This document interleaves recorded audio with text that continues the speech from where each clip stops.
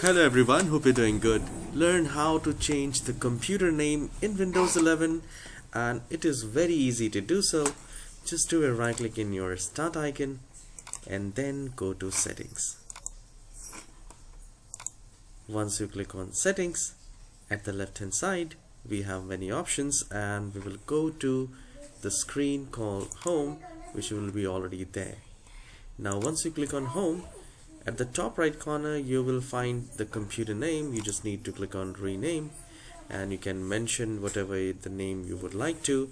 I'll mention like IT Guy 360 like this, and I'll click on next, and here it will ask you to restart the computer and the computer name will be changed. You can see that after you restart, your PC name will change it to your name which you have decided.